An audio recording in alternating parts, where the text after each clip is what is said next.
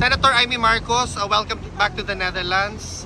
Kailan po kayo dumating, Senator? Ngayon, galing sa aeroplano. Okay ba? Gusto ko lang maki-extra dito. Kumustahin kayo bago ako umuwi. At pinuntahan ko ang ating mga kababayan, mga kailyan ko, ng mga Ilocano, mga Waray, mga Bisaya sa UK at pati na rin sa Italy. Napakarami po nila at iba't iba yung problema nila. Pero in the meantime, nag-umpisa na tayo magpila ng iba't ibang mga batas sa Senado. Siyempre, yung mga priority bills ko, pero maliban doon, may bago akong bill, ang President Rodrigo Roa Duterte bill, which is SBN 552. At ito ang nagpaparusa at ginagawang krimen, ang extraordinary rendition. Hindi na dapat maulit ito nangyari kay Presidente, na kinidnap siya at dinala rito sa ibang bansa.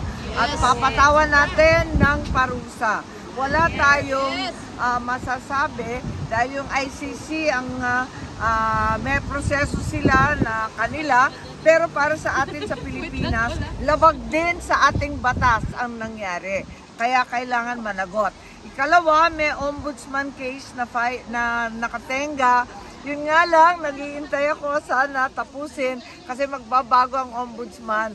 Kinakabahan ako, baka hindi na dinggin. Ganun pa man, dalhin natin yung kaso at pursigihin natin para managot ang talagang nag-utos nitong kababalaghan. Okay. Until when are you here po? I don't know yet. Okay. Okay. Ako siya sa Saturday. Alam mo naman, backup dancer lang ako. Kanina, hindi ko na binanggit sa inyo, napag-usapan namin sa loob ni Pangulong Duterte si Senator Amy. Kasi binanggit ko sa kanya na nandito si Senator Amy and nag-request din siya ulit sa ICC through the lawyer kung pwede ba siyang makapasok doon. At tinanong ako ni Pangulong Duterte kanina kung bakit daw gusto pumasok ni Senator Amy. Sabi ko, baka gusto ka kausapin. Sabi niya, ano naman sasabihin niya? Sabi ko, well, hindi ko alam. Sabi niya, pareho kayo na sinasabi politika yan lahat. It's all politics. Yeah, no? sabi. Politika yan lahat. It's all politics. And then sabi niya na, I believe that she is sincere with her friendship with you. Sa akin daw, oo. Kasi sabi niya, pwede naman siyang hindi makipagkaibigan sa iyo pero nakikipagkaibigan siya sa iyo.